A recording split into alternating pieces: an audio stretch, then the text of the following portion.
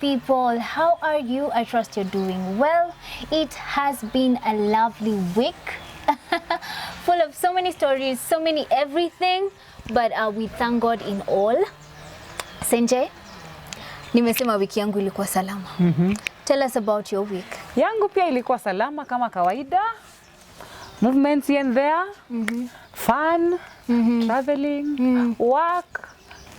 Name them. I told you, nataka career yako. Traveling, work, fun.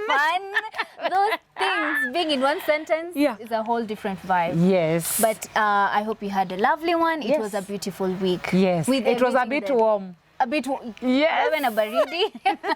I remember the days you used to come with the boots and everything and the trench coats, man. Now you can even do a dress. By the way, you're looking lovely. Thank you. Unakapoa sana. Asante. Okay, so last week we were handling part 1 of Girls and Career. Yes. And this week we were to handle part 2. Yes. Kwa lineup ya leo, we were to talk about dress code. Yes. We were to talk about the way of conduct as a lady, the way to conduct yourself. Impression. And impression and all that. Yes. You being a human resource personnel, a mentor, a parent, a boss.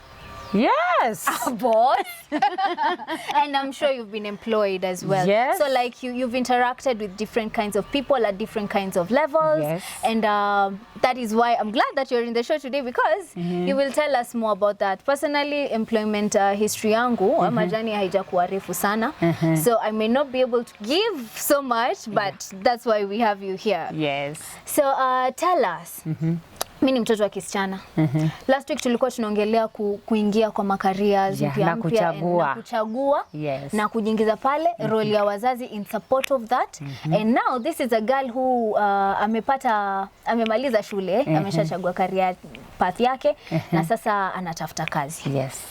Presentation, dress code, impression, tell us the key or rather the importance of it, and how well to prepare yourself. Bear in mind that need different professions. Yes. So you can touch on every profession and how best to present themselves. So once umeshachagua you want to be this and that, you already know what is in that career. You already know what you're going to face. Yeah. Apply, umeangukia, isn't it? Yeah. So it means you're psychologically prepared. Yes. Hata ukienda hiyo interview, ujue hii kazi, you need to do your research. Yeah. Ujue hii kazi inataka nini? How do I dress? You know, when you're going for an interview as a, how do I call it? I can still use the example of mtu anauza kwa restaurant ama kwa mahali kwa pub na mwenye anafanya kazi ya ofisi. You know they don't dress the same. Of course. You can't go for an interview for an office job and you're dressed like you're going for dinner, you know. Yeah. At first, me when I'm in that panel, I'll be like, this one, no. Even if you academically you qualify or you have the experience or the skills, you know that first impression might deduct some marks from you. Yeah. So dress according to the career, behave according to your career. You know the way I will speak as a, ninaweza tumia example gani? Kama you see the way hawkers behave. Yeah. Hawking is a good ni kazi inapea watu kipato, isn't it? The way I shout as a hawker, you know, it's not the same way I'll talk as an account. I can't expect people to come to my office needing some help. Na mimi ni wajibu kama mwenye nina hawk. I'm calling for customers. Kuja kununua nguo. Unaona? Same to a nurse ama daktari. Ile sauti nitatoa, for example, I'm a machine operator. You know, machine operators have to shout so that the person you're working with asikie what you are talking. Juu machine ziko loud. Sasa nikiwa daktari ama nurse, mgonjwa ameingia, anajaribu kuniambia, nasikia ongea kwa sauti. Even the patient will fear. telling me what they want. Kwa sababu nitaogopa. I saw an advert somewhere. One of these comedians ana act kama daktari. Sasa mgonjwa ameenda kumwambia ako na STI. Sasa yeye anamshautia, anamwaibisha, anamwambia ongea pole. Sema. Sasa when you're choosing a specific career, ask yourself, am I ready for that? Can I handle it? Umeona? Sasa ukienda kuhudumia a specific type of clients. For example, I'm a teller. Yeah? Na mtu amekuja akona problem ama anataka kushughulikiwa. Then I want to make sure everybody in the banking hall hears what this person is talking about. You know, I'm not being professional. You know, I'd rather go do other jobs that fit my character and personality. Those jobs that actually fit that. I get you. I get you. So you're saying whatever job description, you need to act accordingly, dress accordingly. The places where you will be required to like. Yes, like when I'm doing interviews for people who are supposed to entertain tourists. You cannot go entertain tourists when you're covered from your head to the. You need to be like exposed part of your bodies. You go entertain them because they are here in our country for entertainment. Yes, I get you. And I'm doing interviews for a church organization position. I'll not expect you to be dressed the same. You know, you're working as a customer service. You know, I enter some offices and I'm like, msichana amevaa aje? You know, amekaa hapo kwa reception, then all the baby food is out, you know. Hata akiongelesha mgeni, all the baby foods are almost pouring out. You know, that is not the right dress code. Then, bahati mbaya, you send her to inquire something. When she stands from that desk, you'll realize, oh, they were putting on a handkerchief, not even a skirt, you know. So you are dressing inappropriately for that particular job. And then, you know, most of these ladies feel like when you expose part of your body, maybe you will attract suitors or anything. But let me tell you one thing. That is where girls go wrong. You will attract, yes, but for wrong reasons. You cannot attract, like maybe you are looking for a lifelong partner. Those people you attract will just be using and dumping you, you know, because they'll be attracted to your nakedness. They will want to use the nakedness, but they'll be like, no, this one I can't stay with her nakedness, you know. Apparently, I learned about that. The more I've interacted with guys, I realized when someone now is looking into settling, decency. Decency.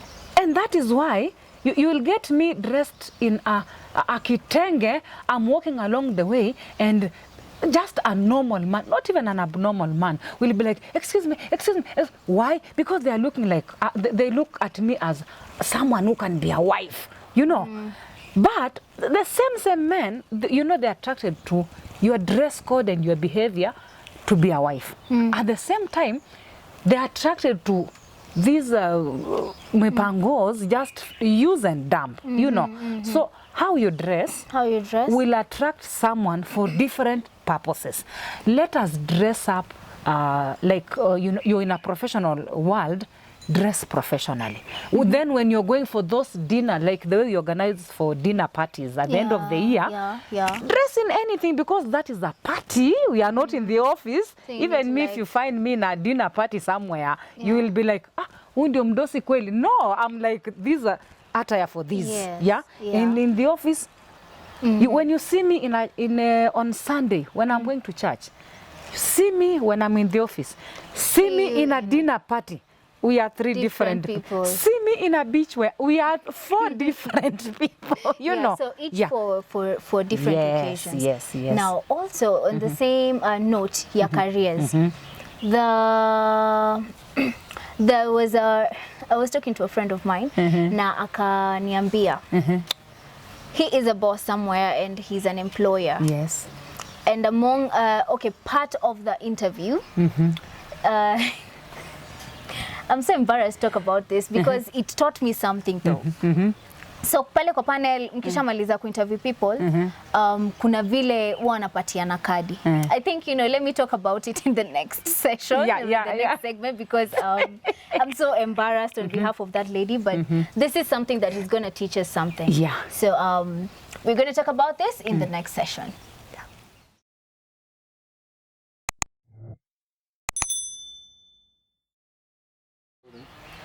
Welcome back. And as usual, you can always find us or catch every single episode at Uvumbi Radio on YouTube. Make sure you subscribe, make sure you click that bell for notifications. You can also tune into Uvumbi Radio by logging into www.uvumbiradio.co.ke. Also catch the latest gossip at www.uvumbi.co.ke. Tulikuwa tunaongelelea kuhusu careers. Yes. And I was telling you something. Presentation, behavior and all that. Yes. And like I was saying, I was giving you an example of this girl. Ameenda kwenye panel, amekuwa interviewed, and I think process ya interview, I'm a part of the interview at that particular organization, they share their cards. So the people, the interviewers share their cards and all that. This lady goes and calls this particular friend of mine, wants to take the guy out for a drink or two.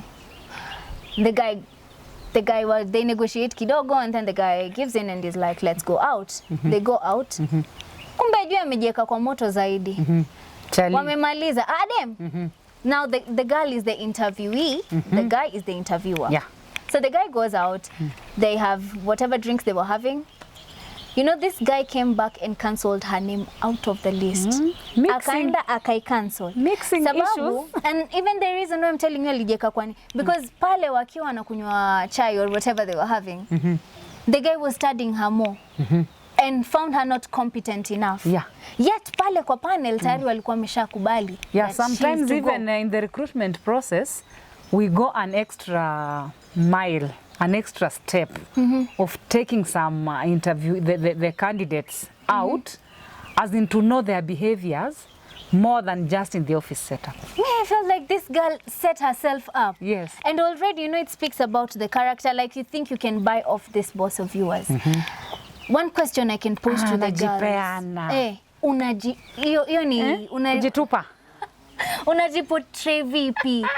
Unadhani utawai heshimika? No. And I think as ladies do these kinds of things, you will have to do them for the rest of your career. Even when you outgrow that character, you will have to do that to maintain yourself. Now, your boss, just remember, the way he will or she will use you is the same way they will use others. So, it's not guaranteed that...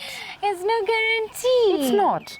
And then, sometimes we miss a point. It's better you stick to your principles.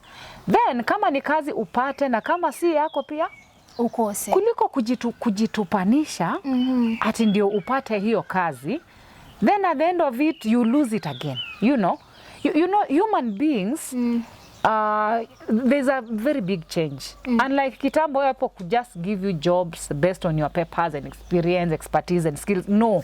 Sahi kuna mwenye atakuambia. There was a nini, inaitwaje utu to message going around kwa WhatsApp. Ati someone has promised a lead job, but anamuuliza, I hope you'll still do as I had requested you. So the lady is like, oh, will we use protection because I don't want to get pregnant, So this is someone who is supposed to give you job. But they're asking for extras before they give you the job. So how sure are you will get the job even after giving in? Ndio hata unaweza pata. But how sure are you tamaa ya huyu boss will not lead him or her to another candidate, It should even tell, then your chances are slim to maintain the position. Yes. Because the truth is, for lack of better words, hotter people are coming up. Hotter, good looking and all that. Yako time iliisha. Na alishapata alichotaka. Alafu. So what we can do as prospective employees, stick to your principles. Yeah. You'd rather stay jobless than giving yourself every time mwanaume anakwambia do this before I give you this job, do this before I give you this job. You will be hoping from one man to another, one man to another, or one woman to another, because even women wako na hako katabia. They prey on these young people who are looking for jobs, you know.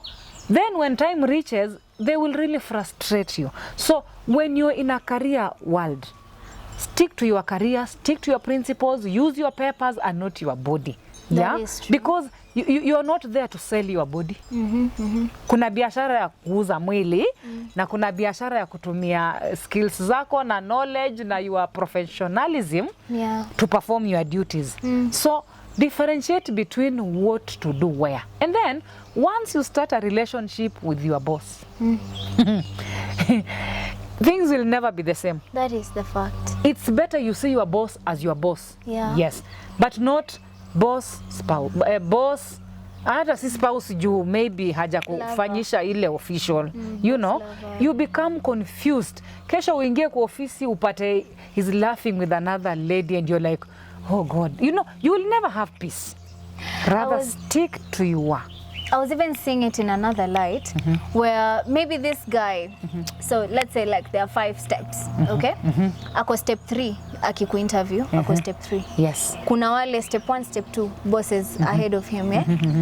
Alafu kidogo mengia pale, you start having favor with these other people. Already you know whatever you planted pale. Yes. Itaanza kuleta mvutano, a reason for him to fire you. Yes. Saa zingine it doesn't even have to be that he's seeing another person. He's just seeing the way you're relating with other people and he's thinking the same way he was able to lure you. Now these are even better than Why are you he laughing is. with him? I saw you getting lift from you know, you will never have peace. Oh, it will it even affect your performance. And you know, anything that affects your mental capability will affect your performance. You That is cannot true. be chumayareli when you're thinking about something that is stressing you, and especially when it comes to relationships. Yeah. Wow. Wow. Today we talked just about so much in such a short time. Yeah. But I think it's important And then that another thing, when you're in a career world, kwa ofisi mko hapo, kuwa mfanyekazi, lakini usianze kukua na mentality ya you know you get so much attached to your boss mpaka you feel to feelings, you want to play part of a lover. Umeona? And mothers like me maybe unataka kukua mama ya boss, you know. Umama yako don't bring it in the office. Or you are loverhood mentality, not in the office. I think that is where people go wrong. You need boundaries. Hapa mimi ni mfanyikazi. I'm not a lover. You know? Yes. Wow. So boundaries, principles. Yes. Presentation, image, impression. Vile una behave tu mtu anajua huyu. It's very, very important. And remember, when you're starting a career, the foundation is very, very important biblically. The kind of foundation you set, if you set it on a shaky foundation, kumbuka this story in the Bible of the people who are building houses. One built on a rock, one built on the sand, whatever. Yes. And when the wind comes, the wind ni sasa hizo vitu zenye tumeongelelea hapo. Boss akiona sijui msichana mwingine nini. Whatever you need to do to maintain, that is key for you to have at the back of your mind. So ladies, as we go for these careers, let's go for them full force. Let's go for them the best way we know how. But make sure that you maintain your morality, principles, and character. That is what will sell you. That is what will build you. That is what will found you. Yeah, is foundation. a foundation. Yeah, yes. And that is what will keep you. Yes. The show today was lovely. Yeah. That's what I can say. Yeah, it has helped someone. It must have helped someone. Yes. Keep it real. Don't forget to subscribe. Don't forget to keep following us and sharing. Be blessed.